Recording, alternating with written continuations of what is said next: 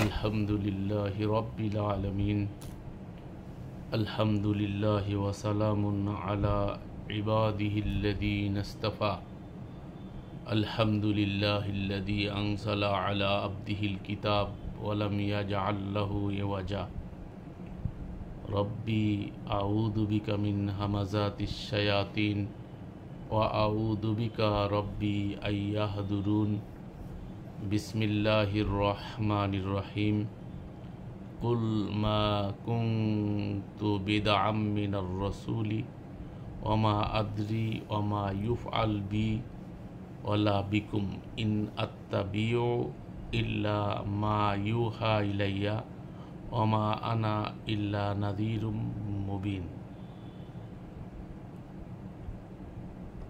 সম্মানিত সুধী দর্শক শ্রোতা, আবাস প্রবাসের দিনী ভাই ও ভগ্নীগণ,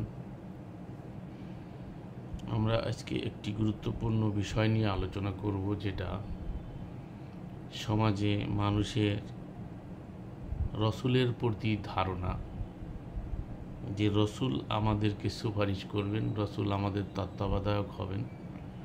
এই জন্য আমরা পাপ করেও ভাবি রসুল আমাদেরকে শাফাআত করে নিয়ে যাবেন। সেটা কতটা যুক্তিযুক্ত আল কোরআন এবং কথিত সহি সুন্নাহর আলোকে, সেটা আমরা আজকে আল কোরআন থেকে জানার চেষ্টা করব। প্রসিদ্ধ একটা হাদিস সম্পর্কে আমরা অবগত আছি, যেহেতু এই হাদিসটা আমাদের সোকট আলেমরা প্রায় মাহফিলের মধ্যে বয়ান করে থাকে, যেটা আপনারা শুনে থাকবেন যে কিয়ামতের মাঠে আমরা সকল নবী রসুলদের কাছে একে একে যাব। আদম সালামুন আলা আদমের কাছে যখন যাব, তখন তিনি তার নিজের ভুলের কথা তুলে ধরবেন আর বলবেন যে আজকে আমার করার কিছু নেই, তোমরা অমুকের কাছে যাও, আর একজনের কাছে পাঠায় দিবে।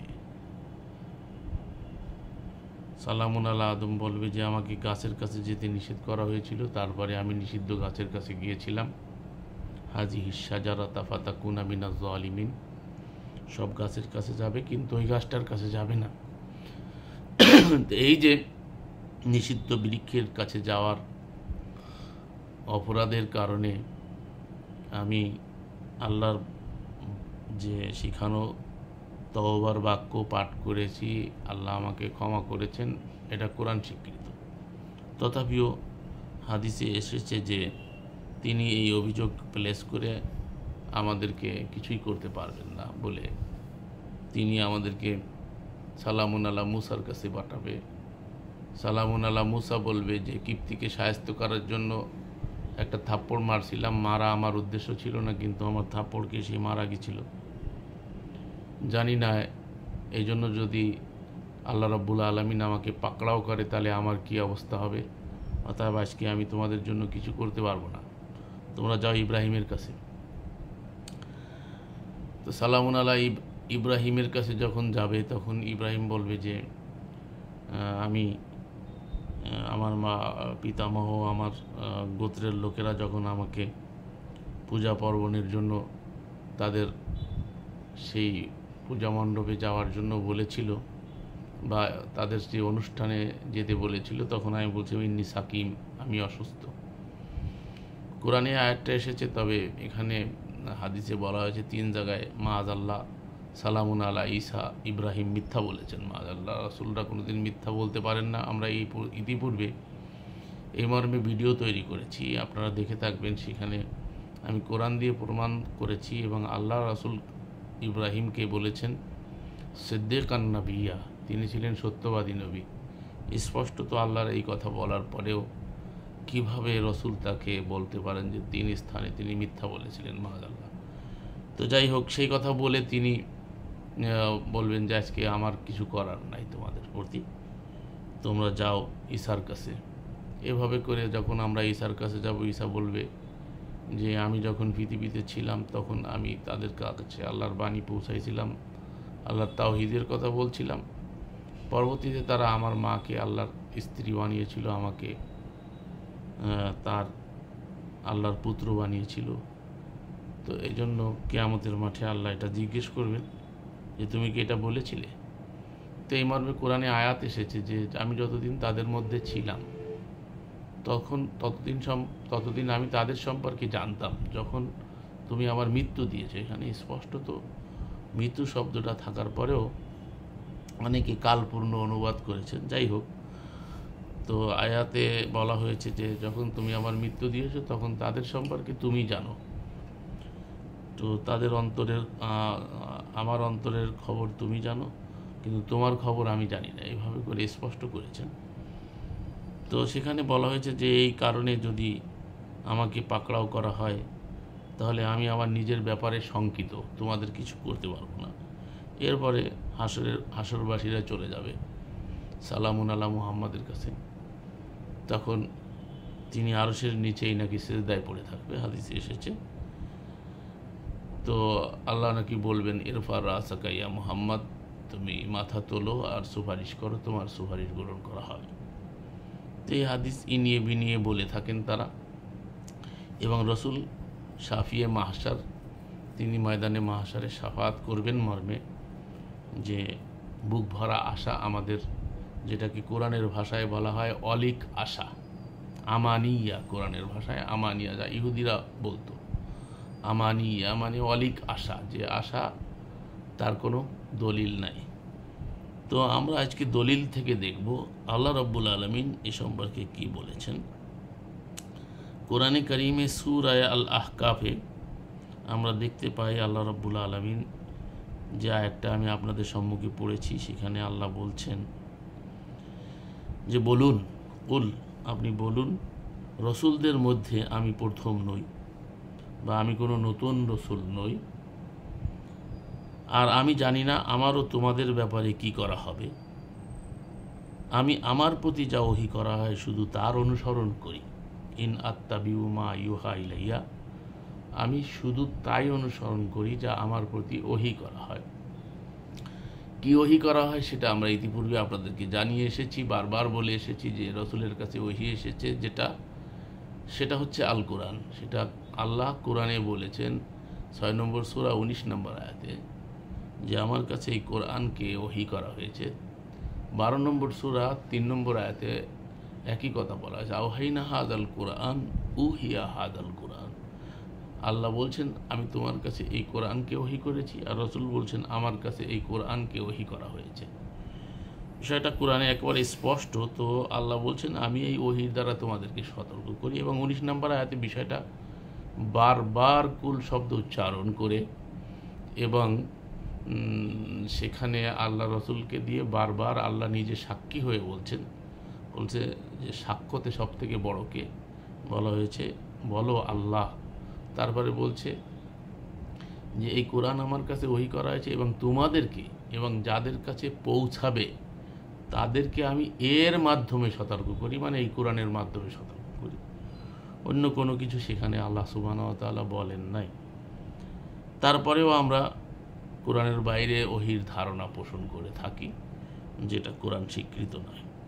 সে যাই হোক, আজকে ওটা আমাদের বিষয়বস্তু না। আমরা একটা হাদিস দেখব। একটা হাদিস বুখারীর দেখলাম, একটু আগে শোনালাম সারমর্ম, আমি যদি হুবহু শোনাইনি, সারমর্মটা আপনাদেরকে জানালাম, সেটাও বুখারীতে। একই বুখারীতে আরও হাদিস এসেছে, সেই হাদিসটা কোরআনের সাথে যায়, কোরআনের পক্ষে যায়, আয়াতের পক্ষে। সেই তাফসিরেও এইটা নিয়ে আসা হয়েছে আহসানুল বয়ানের মধ্যে। সেটা হলো ওয়ালিল্লাহি মা আদরি ওয়া আনা রাসূলুল্লাহি মা ইউফআলু বি ওয়ালা বিকুম। এখানে সালামুন আলা মুহাম্মদ বলেছেন আল্লাহর কসম, আমি আল্লাহর রসুল হওয়ার সত্ত্বেও এ কথা জানি না যে আমারও তোমাদের সাথে কি ব্যবহার করা হবে। এটা হচ্ছে সহিহ বুখারী মানাকিবুল আনসার অধ্যায়ে এই হাদিসটা এসেছে। তাহলে এই দুই আয়াত এবং হাদিস দ্বারা আমরা স্পষ্টত বুঝতে পারলাম যে রসুল বলছেন যে আমি জানি না আমার সাথে কি আচরণ করা হবে, তোমাদের সাথে কি আচরণ করা হবে। এত সত্ত্বেও আমরা রসুলকে তত্ত্বাবধায়ক জেনে থাকি এবং রসুল আমাদের সুপারিশ করবে এই বুক ভরা আশা নিয়ে আমাদের আহলুস সুন্নাত ওয়াল জামাআতের অধিকাংশ লোকের এবং স্কলারদের এই আকীদা এবং বিশ্বাস এবং এই ধারণা, যার সম্পর্কে কোরআন আসলে কি বলে, হাসরের ময়দানে রসুল কি আমাদের কোনো দায়িত্ব নেবেন কিনা বা আমাদের কোনো সাহায্য করবেন কিনা, নাকি সব দায়িত্ব আল্লাহ হাতেই হবে, এটা আমরা আল কোরআন থেকে সবগুলো আয়াত আজকে আপনাদেরকে জানানোর চেষ্টা করব। আল্লাহ রাব্বুল আলামিন 11 নম্বর সূরা আল হুদের 12 নম্বর আয়াতে ইরশাদ করেন, আল্লাহ রসুলকে বলেন, তুমি তো শুধু সতর্ককারী মাত্র, আর সব কিছুর দায়িত্ব তো আল্লাহই নিয়েছেন। 6 নম্বর সূরার 52 নম্বর আয়াত সূরা আল আনআমে আল্লাহ রসুলকে বলেন, যারা সকাল সন্ধ্যায় রবের ইবাদত করে তাদের কর্মের বিন্দুমাত্র দায়িত্ব তোমার নয়। তো এই বিষয়ে যদি আমরা একটু আলোকপাত করি, তো আল্লাহর কথা অনুযায়ী নিজের বিবেকের কাছে প্রশ্ন করুন। এখন আল্লাহ বলেন যে রসুল শুধুমাত্র সতর্ককারী এবং সমস্ত দায়িত্ব আল্লাহরই থাকবে। আরও লক্ষ্য করুন, যাদের কর্মের বিন্দুমাত্র দায়িত্ব রসুলের নেই, তাদের জন্য রসুল সুপারিশ করবেন কিভাবে? আরও একটি বিষয়, তা হলো সকাল সন্ধ্যায় আল্লাহকে ডাকা। কোরআন পড়লেই বুঝতে পারবেন যে আল্লাহকে কখন ডাকতে হবে সে বিষয়ে আমরা এখন আর আলোকপাত করব না, অন্য সময় আলোচনা করব। তবে এই সব লোকেদের ব্যাপারেও রসুলের সুপারিশ চলবে না, এটা স্পষ্টত আল কোরআনে বিবৃত হওয়ার পরেও আমরা কোনভাবে আশা করে বসে আছি যে রসুল আমাদেরকে শাফাআত করবে?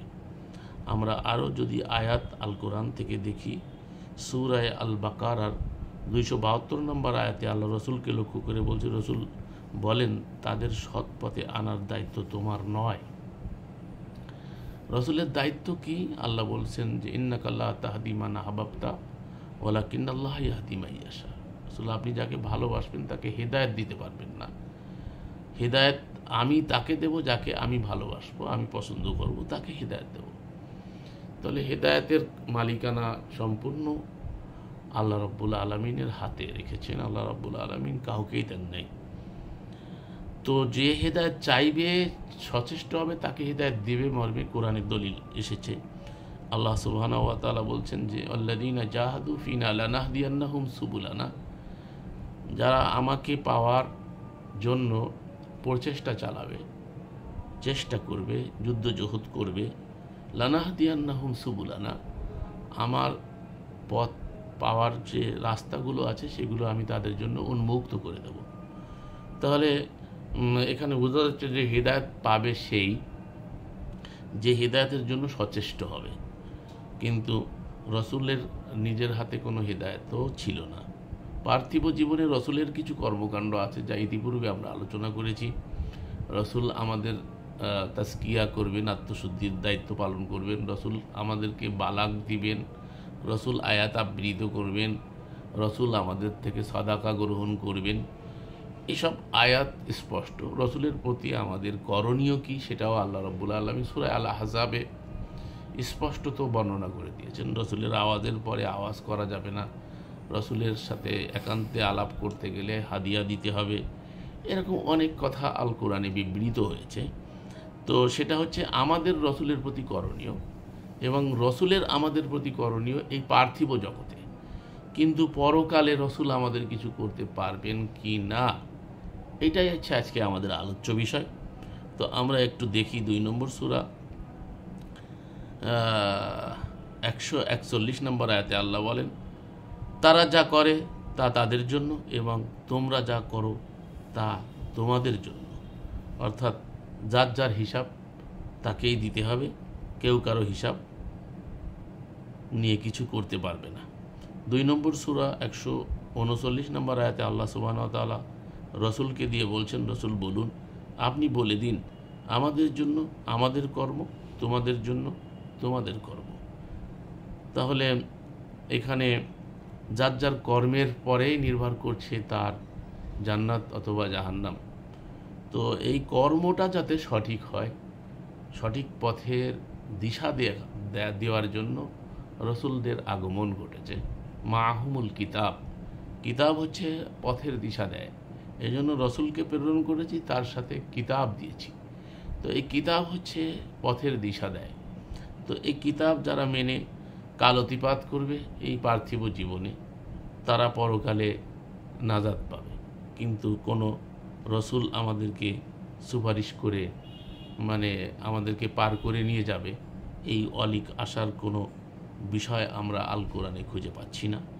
20 নম্বর সূরা 34 নম্বর সূরার 25 নম্বর আয়াতে আল্লাহ সুবহানাহু ওয়া তাআলা ইরশাদ করেন, হে রসুল আপনি বলুন, আমাদের অপরাধের জন্য তোমায় জিজ্ঞাসিত হবে না, আমার অপরাধের জন্য তোমরা জিজ্ঞাসিত হবে না, এবং তোমরা যা কিছু করো সে সম্পর্কে আমরাও জিজ্ঞাসিত হব না। এখানে বহু বচন ব্যবহার করা হয়েছে রসুলগণের অপরাধের জন্য তোমরা জিজ্ঞাসিত হবে না, এবং তোমাদের অপরাধের জন্য রসুলরাও জিজ্ঞাসিত হবে না। এখানে বিষয়টা যার এই বিষয়টা আমাদেরকে ভালো করে হৃদয়ঙ্গম করা উচিত, যে অনেকেই আমরা যে ধারণা পোষণ করে আছি, বেশিরভাগ লোক সহিহ আকীদার নামে যে বিশ্বাস পোষণ করে, আদৌ এই কথা আল কোরআন স্বীকৃত কিনা আমাদেরকে যাচাই করে দেখা উচিত। এজন্য আমি আপনাদের সম্মুখে আলহামদুলিল্লাহ আজকে সকল আয়াতগুলো প্লেস করার চেষ্টা করব অতি সংক্ষেপে। তো এখানে আমরা আজকে দেখিয়ে দেব কোরআনের আয়াতগুলো, আপনারা রেফারেন্সগুলো খুঁজে নেবেন। 20 নম্বর সূরা তহা আয়াত নম্বর 135 আল্লাহ রসুলকে বলছেন, রসুল বলুন, প্রত্যেকেরই পথ পানে চেয়ে আছে, প্রত্যেকেই পথ পানে চেয়ে আছে, সুতরাং তোমরাও পথ পানে চেয়ে থাকো। অদূর ভবিষ্যতে তোমরা জানতে পারবে যে সে সরল পথের প্রতীক, কে সরল পথের প্রতীক এবং কে সৎপথ প্রাপ্ত। তার এটা বোঝা যাবে তখন যখন ময়দানে মাহশারে আমরা আমাদের সরল পথে যদি আমরা চলে থাকি, তাহলে আমরা বুঝতে পারবো যে সরল পথে ছিলাম। আছি কি না সেটা যার যার বিষয়, সে নিজে বুঝতে পারবে যে সে আসলে সরল পথে আছে না গলত পথে আছে। মানদণ্ড হচ্ছে আল কোরআন। আমাকে আল্লাহ বলছে মা হুমুল কিতাব ওয়াল মিজান, কিতাব দিয়েছি, মানদণ্ড দিয়েছি। মানদণ্ড হচ্ছে আল কোরআন, যেটাকে ফুরকানও বলা হয়েছে। তো এই ফুরকানের আলোকে আমাদেরকে যাচাই করে দেখতে হবে যে আদৌ আমি সিরাতে মুস্তাকিমে আছি কিনা, আর সরল পথে আমি আছি কিনা, সরল পথে আমি চলছি কিনা, এটা নির্ণয় করার, যাচাই করা, বাছাই করা এই পার্থিব জীবনের দায়িত্ব আমার, কেউ কারোর দায়িত্ব নিবে না। আল্লাহ রাব্বুল আলামিন 39 নম্বর সূরা 41 নম্বর আয়াতে বলছে, আল্লাহ রসুলকে বলতে বলেছেন, আমি আপনার প্রতি সত্য সহ কিতাব নাজিল করেছি মানুষের জন্য, অথবা যে সৎ পথে আসে সে নিজের কল্যাণের জন্যই আসে, আর যে পথভ্রষ্ট হয় সে নিজের ক্ষতির জন্যই পথভ্রষ্ট হয়, আপনি তাদের তত্ত্বাবধায়ক নন। তাহলে বোঝা গেল যে রসুল এখানে আয়াতের মধ্যে যে শব্দটা এসেছে বিওয়াকিল, অর্থ ওকিল নই, আমি তত্ত্বাবধায়ক নই। আমরা যেমন বলে থাকি, আমাদের যারা বিভ্রান্ত লোকজন আছে সমাজে, তারা বলে যে হাকিমের কাছে যাইতে গেলে মাঝখানে যেমন উকিল লাগে, আল্লাহ প্রাপ্তির জন্য মাঝখানে সুপারি হিসাবে পরকালে উকিল লাগবে। তাই আমরা এই পীরের কাছে যাই এবং পীরকে উকিল ভাবি, সে আমাদেরকে তরায় নিয়ে যাবে, নৌকায় পার করে নিয়ে যাবে। এই জাতীয় যে ধারণা, এই ধারণার কোনো কোরআন এই ধরনের কোনো কথা বলে না। তবে রসুলগণ এই পৃথিবীতে মানুষকে যে কাজটা করবেন সেটা আল্লাহ আয়াতের মধ্যে উল্লেখ করেছেন, আমি আপনার প্রতি সত্য সহ কিতাব নাজিল করেছি। সেটা কি জন্য? মানুষের জন্য। তাহলে মানুষের জন্য সত্য সহ কিতাব রসুলদের কাছে এসেছে, রসুলরা সেই কিতাব থেকে কিতাবের বাণী পৌঁছে দিয়েছেন। ইয়াতলু আলাইহিম আয়াতিকা ওয়া ইউযাক্কিহিম ওয়া ইউআল্লিমুল কিতাবা ওয়াল হিকমা, কথা কোরআনে একাধিক স্থানে আল্লাহ রাব্বুল আলামিন বলে দিয়েছেন। এবার আমরা দেখব 11 নম্বর সূরা আল হুদের 86 নম্বর আয়াতে আল্লাহ বলছেন, শুআইব রসুল বলল, আমি তোমাদের তত্ত্বাবধায়ক নই। তো এখানে সূরা হুদে বি হাফিজ, হেফাজতকারী নই, অর্থাৎ আমি তোমাদের কোনো হেফাজত করতে পারবো না। অথচ আমাদের হুজুররা হেফাজত কমিটি বানাইছে, এখন তারা সব হেফাজত করে ফেলতেছে। তো আল্লাহ এদেরকে সুমতি দান করুক, এছাড়া আর কি বলারই বা আমাদের আছে। 10 নম্বর সূরার 108 নম্বর আয়াত আল্লাহ রসুলকে বলুন আমি তোমাদের কর্মবিধায়ক নই। সূরা ইউনুস 108, এখানে বলা হয়েছে বি ওয়াকিল। এরপরে আল্লাহ রাব্বুল আলামিন 6 104 বলছে, আল্লাহ রসুল সহ সকলকে বলেন, তোমাদের কাছে তোমাদের রবের পক্ষ থেকে প্রমাণ এসে গেছে, অর্থাৎ আল কুরআন। অতএব যে তা দেখে নিবে সে নিজের উপকার করবে, এবং যে অন্ধ হয়ে অর্থাৎ কোরআন পড়বে না সে নিজেরই ক্ষতি করবে। রসুল বলেন, আমি তোমাদের পর্যবেক্ষক নই। অর্থাৎ এখানে বলা হয়েছে বি হাফিজ, অর্থাৎ হেফাজতকারী, রক্ষণাবেক্ষণকারী আমি নই। আমার কাছে এসেছে কিতাব, আর আমি তোমাদেরকে এই কিতাবের দিকে আহ্বান করছি। আর যদি তোমরা এই কিতাবের ব্যাপারে অন্ধ হয়ে থাকো তাহলে পরিণাম তোমরা ভোগ করবে। অনুরূপভাবে 6 নম্বর সূরার 107 অর্থাৎ সূরা আল আনামে আল্লাহ রসুলকে বলেন, তোমাকে তাদের জন্য সংরক্ষক নিযুক্ত করিনি, আর তুমি তাদের অভিভাবকও নও। সূরা আল আনাম। তো এখানে শব্দটার লাস্টে ওয়াকিল আছে, তাহলে যে ওয়াকিল বানাইতে চাই আমরা, আবারও আল্লাহ 6:63 বলছে যে রসুল বলুন আমি তোমাদের কার্য নির্বাহক নই, অর্থাৎ আমি তোমাদের উকিল নই। তাহলে এই সকল আয়াত দ্বারা আমরা বুঝতে পারলাম যে সকল মানুষকে জানিয়ে দিলেন যে রসুল আমাদের কর্মবিধায়ক নন, এবং কার্যনির্বাহক নন, তত্ত্বাবধায়ক নন, উকিল নন, কোনো দায়িত্ব নেবেন না। কোরআন প্রমাণ করে যে যার হিসাব তাকেই দিতে হবে, অথচ এই কথাগুলো আমাদেরকে শোনানো হয় না কোরআন থেকে। এই তাফসির মাহফিলগুলোতে যাবেন, শুধু ঘুরে ঘুরে এই নিয়ে বিনিয়ে কোরআনের তাফসিরের নামে আমাদেরকে যেসব কথাগুলো শোনানো হয়ে থাকে, আর বুক ভরা আশা নিয়ে আমরা নবীর প্রতি এই যে দুরুদ পড়ি আর সালাম প্রেরণ করছি, সেটা দুরুদের কথা কোরআনে যে নাই, এই মর্মে আমরা কিছুদিন আগে একটা ভিডিও করেছিলাম, সেখানে আপনারা দেখে নেবেন। আমরা তো কিছুদিন আগে দেখতে পেলাম যে সূরা আহজাব 33 নম্বর সূরার আয়াত 56 সম্ভবত আয়াতের আলোকে এক ব্যক্তি ইমামকে কুপিয়েছে। তো যে তাকফির করা যে কত বড় অপরাধ, সেই অপরাধ যারা তাকফির করেছে, তাকফির করার জন্য যে শর্ত ছাড়া তাকফিরের ওয়াজ করে করে বসে আছে, যার ফলশ্রুতিতে আজকে দেখা যাচ্ছে মেম্বারের পরে ইমামকে কোপানো হচ্ছে। মানে যারা এইসব ফতোয়া দিচ্ছে সেই ফতোয়া এখন তাদের পরে কার্যকারী হচ্ছে। এটা এই জন্য বলবো যে আসলে ফতোয়া দেওয়ার আগে বিবেচনা করা দরকার, চিন্তা করা দরকার। এক শ্রেণীর হুজুররা তাদেরকে এইভাবেই উস্কানি দিছে যে রসুলকে বিষয় কিছু বললেই তাকে কুপাইতে হবে, তাকে কাটতে হবে, তো কাটার আগে তাকে বস্তুনিষ্ঠ জ্ঞান দিতে হবে, এই মর্মে কোরআনের দলিল আছে। তারপরেও আমরা দেখি যে এই মূর্খগুলোকে আমাদের এক শ্রেণীর সোকট আলেমরা তাকফিরের ওয়াজ করে করে, একজন আমাদের বড় স্কলার নামে খ্যাত আমাদের সমাজে, যদি তাকে স্কলার বলার কোনো যৌক্তিকতা দেখি না, সে তো কাফের বানানোর সোল এজেন্ট নিয়েছে, কাফের ফ্যাক্টরি তার কাছে, এই কাফের, অমুক কাফের, তমুক কাফের, এই ফতোয়াই দিয়ে যাচ্ছে। ফলশ্রুতিতে দেখা যাচ্ছে যে আজকে যারা আলিম সমাজ তারাই আজকে এর শিকার হচ্ছে।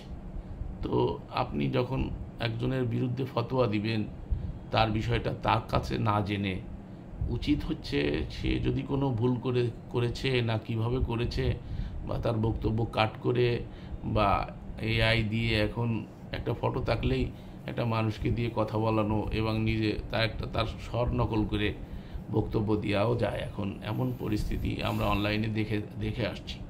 তেমতো অবস্থায় অনলাইনে একটা বক্তব্য পেলাম আর সেই লোকটারে যে কুফান নির্দেশ দিলাম, তো এর এর পরিণতি যে কী ভয়াবহ হচ্ছে দেশটা, মানে এই জঙ্গিবাদের ধোয়া তুলে বিগত সরকার যারা আমাদের ইসলামপন্থী ছিল তাদেরকে কোণঠাসা করে রাখছিল, জেল জুলুম নির্যাতন করা হয়েছে তাদের পরে। তো ঠিক এরকম একটা পরিস্থিতি আবার আমরা সেই দিকে যাচ্ছি কি না, এটা আমার খুব সন্দেহ হয়। এটা প্রসঙ্গ না, তারপরেও যেহেতু পরিস্থিতির আলোকে এই কথাগুলো বললাম, তো আমরা আজকে এই আলোচনার বিষয় থেকে যেটা আমরা স্পষ্ট হলাম যে রসুলগণ এই দুনিয়াতে তার অনুসারীদের প্রতি অনেক দায়িত্ব কর্তব্য তাদের থাকে, কিন্তু মৃত্যুর পরে কেউ আরও কিছু করতে পারবে না। এই বিষয়টা আল কোরআনে একেবারে স্পষ্ট থাকার সত্ত্বেও আমরা সেই কোরআনের বিধি মোতাবেক জীবনযাপন করার জন্য এবং আমাদের নিজেদের জীবনটাকে সুন্দর করার জন্য যে করণীয়, তার থেকে আমরা বেমালুম ভুলে গিয়ে বুক ভরা আশা নিয়ে বসে আছি রসুল সুপারিশ করে আমাদেরকে জান্নাতে নিয়ে যাবে। এই অলিক আশা বর্জন করা উচিত, যেটা কাঙ্ক্ষিত নয় এবং এর পরিণাম অতি ভয়াবহ। তো এটা আমি আপনাদেরকে জানিয়ে দিলাম যে আমরা রসুলদের ব্যাপারে যে ধারণা পোষণ করে থাকি, এই ধারণা কোরআনে কারিম সাপোর্ট করে না। রসুলের দায়িত্ব দুনিয়াতে অনেক কিছুই আছে, তারা দিন প্রতিষ্ঠার কাজ করবে, তারা আত্মশুদ্ধির কাজ করবে, তারা কিতাবের দাওয়াত দিবে, বালাক পৌঁছে দিবে, এই জাতীয় কথাবার্তা যা কোরআনে আছে সেটা আমাদেরকে বিশ্বাস করতে হবে, সেটা পার্থিব জগতে। কিন্তু পরজগতে গিয়ে আল্লাহ রাব্বুল আলামিনের সামনে কেউ কিছুই করতে পারবে না। আল্লাহ নিজেই বলছেন লিমানিল মুলকুল ইয়াউম লিল্লাহিল ওয়াহিদিল কাহ্হার। সেদিন আল্লাহ সুবহানাহু ওয়া তাআলা জিজ্ঞেস করবেন আজকের দিনের অধিপতিকে, তখন সারা পৃথিবী স্তব্ধ হয়ে যাবে।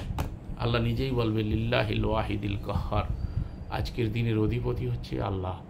আল্লাহ ছাড়া সেখানে কারও কোনো ক্ষমতা থাকবে না, একচ্ছত্র ক্ষমতার অধিপতি সেদিন তিনি। দুনিয়াতে মানুষকে আল্লাহ রাব্বুল আলামিন ক্ষমতা দেন, সেটা আমরা জানি যে সূরা আল ইমরানে আল্লাহ বলছেন কুলিল্লাহুম্মা মালিকাল মুলক তুতিল মুলকা মান তাশা ওয়া তানজিউল মুলকা মিম্মান তাশা ওয়া তুইজ্জু মান তাশা ওয়া তুযিল্লু মান তাশা বিয়াদিকাল খাইর। যেখানে বলা হয়েছে সার্বভৌম ক্ষমতার মালিক তুমি যাকে ইচ্ছা ক্ষমতা দাও, যাকে ইচ্ছা ক্ষমতা ছিনিয়ে নাও, যাকে ইচ্ছা ইজ্জত দাও, যাকে ইচ্ছা জিল্লাত দাও, বিয়াদিকাল খাইরে, সব কিছু তার হাতের মধ্যে। তো এই পৃথিবীতে দেখা যায় কাউকে না কাউকে আল্লাহ এই দুনিয়ার কিছুদিনের সাময়িক ক্ষমতার মালিকানা দিয়ে পরীক্ষা করেন, কিন্তু এই ক্ষমতাগুলো সব অস্থায়ী। আমরা দেখি আজকে যিনি রাজা কালকে তিনি ফকির, এগুলো আমরা আমাদের জীবদ্দশায় অনেকগুলো দেখলাম যে বিশাল প্রতাপ প্রতিপত্তি যার তার কথার বিরুদ্ধে কোনো কথা বললে যে কোনো মুহূর্তে জেল হাজতে যেতে হয়, সেই সব লোক পালিয়ে চলে যাচ্ছে। তারপরে যাদের এত প্রতাপ ছিল তারা এক সময় বিশাল প্রতাপ, আর এক সময় জেলখানায়। তো এইগুলো আমরা দেখে আসতেছি। ইজ্জতের মালিক, জিল্লাতের মালিক, ক্ষমতা দেওয়া না দেওয়ার মালিকানা শুধুমাত্র তার এই পার্থিব জগতে আল্লাহ দিয়ে থাকেন কাউকে পরীক্ষা স্বরূপ, কিন্তু পরকালে কাহারও কোনো ক্ষমতা থাকবে না। কোনো নবী, রসুল, ইমাম, গাউস, কুতুব, আবদাল, যাদের সম্পর্কে আমাদের এইসব ধারণা আছে যে এরা আমাদেরকে তরায় নিয়ে যাবে, সুপারিশ করবে, এটা তো আয়াতুল কুরসির মধ্যে আমাদের সুন্নি সমাজ রাত্রিবেলায় শোয়ার সময় শয়তানের যে পক্ষ থেকে যে হাদিস বর্ণনা করা হয়েছে, যে শয়তান আবু হুরায়রাকে যে হাদিস বলছিল, ইতিপূর্বে আমরা এ নিয়ে ভিডিও করেছি, আপনারা দেখে নেবেন। এই আয়াতুল কুরসির ফজিলত বর্ণনাকারী হচ্ছে ইবলিস। তো সেখানে বলা হয়ে থাকে যে আয়াতুল কুরসি যেটা পড়লে রাত্রিবেলায় আর কোনো সমস্যা হবে না, চোর ঢুকবে না বা এসব নানান বিষয় থেকে বেঁচে যাবে। সে আয়াতুল কুরসিটা পড়ি কিন্তু মর্মার্থ বোঝার চেষ্টা করি না। ওখানে বলা আছে স্পষ্টত মানদাল্লাযী ইয়াশফাউ ইনদাহু ইল্লা বিইজনিহি, কে আছে যে তার কাছে সুপারিশ করবে তার অনুমতি ছাড়া, ইজিন ছাড়া, অতএব কারো কোনো ক্ষমতাই চলবে না। তিনি যদি কাউকে ইচ্ছা করেন সেটা তার ব্যাপার। কারো কোনো কথা উল্লেখ নাই যে অমুককে সুপারিশের দায়িত্ব দেওয়া হবে আর সে সুপারিশ করে পার করে নিয়ে যাবে। ওখানে ঘুষ চলবে না, ওখানে কোনো কারো প্রভাব চলবে না, কারো টেলিফোন চলবে না। ওখানে একচ্ছত্র মালিকানা হবে শুধু রব্বুল আলমিনের। অতএব আমরা সাবধান হই এবং সচেতন হই এবং নিজে সৎকর্ম, ঈমান এবং সৎকর্ম করার জন্য সচেষ্ট হই। মহান আল্লাহ আমাদের সকলকে আজকের এই আলোচনা বুঝার, উপলব্ধি করার তৌফিক দান করুন। ওয়া মা আলার রাসূল ইল্লাল বালাগুল মুবিন।